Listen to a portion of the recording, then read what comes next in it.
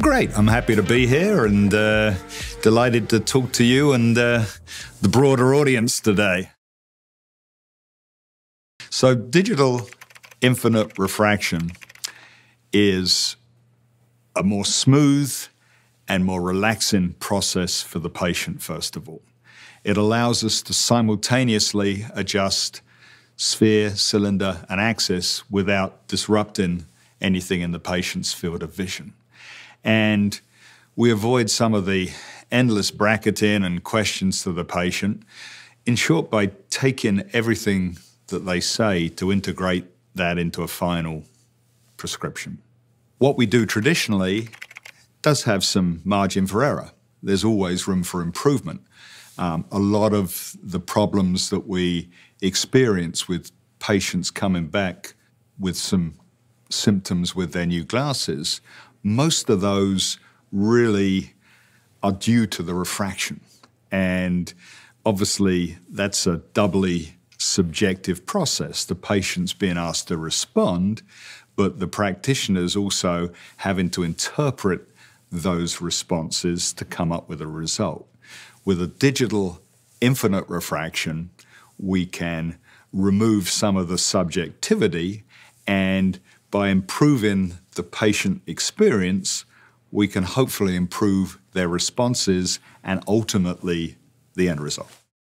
Well, because we're stuck with a lot of moving lenses and analog technology, we're limited to quarter diopter steps, okay? So the lenses are in quarter diopter steps, in part because that was the way we used to surface lenses.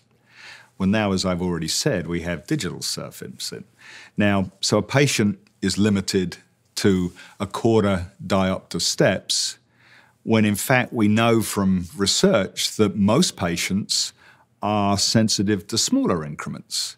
You know, how often is it we ask a patient to choose between two lenses and they say, well, they're kind of the same?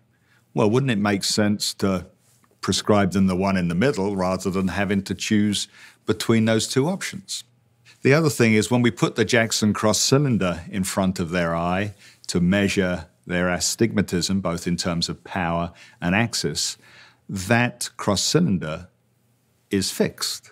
Whereas again, it would make more sense as the exam proceeds to modify and perhaps reduce that cross cylinder power and really hone in on what the patient's true astigmatism is and not again be limited by quarter diopter steps. The other thing is that when we adjust the cylinder power, we really should be adjusting the sphere power. And some of us get a little bit lazy in doing so. We know that from surveying practitioners informally. But wouldn't it be nice if when you did adjust the cylinder power, there was an automatic and seamless adjustment to the sphere power to keep the spherical equivalent power constant? That's something that you can't do with a traditional analog phoropter because you have to move lenses sequentially, okay? With the new digital technology, sphere, cylinder, and axis can be adjusted simultaneously.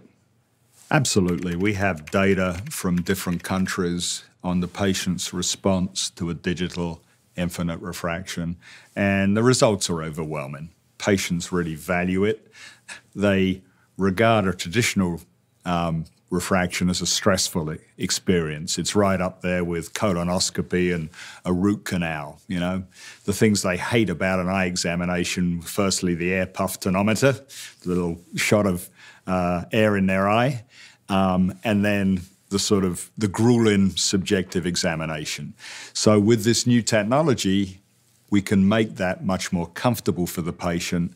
They can feel more relaxed and more confident in their responses. They can say, I like lens 1 or lens 2. They can also say, I don't know. All of that is considered in the final answer. Well, we've had automated phoropters for quite some time. But remember, it's just an automation of the old analog phoropter.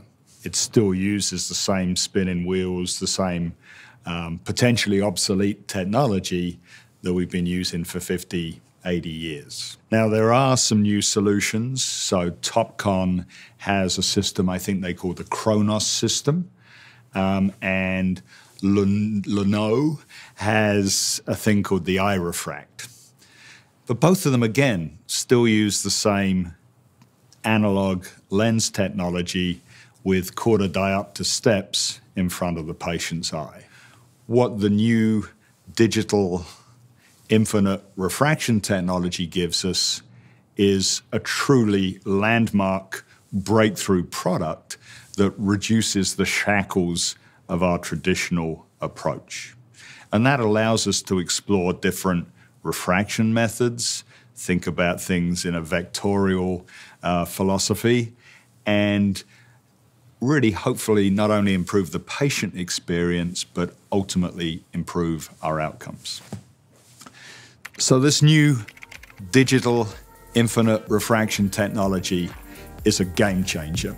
It's truly going to reshape the future of optometry, ophthalmology, and the way in which we examine our patients and prescribe for them.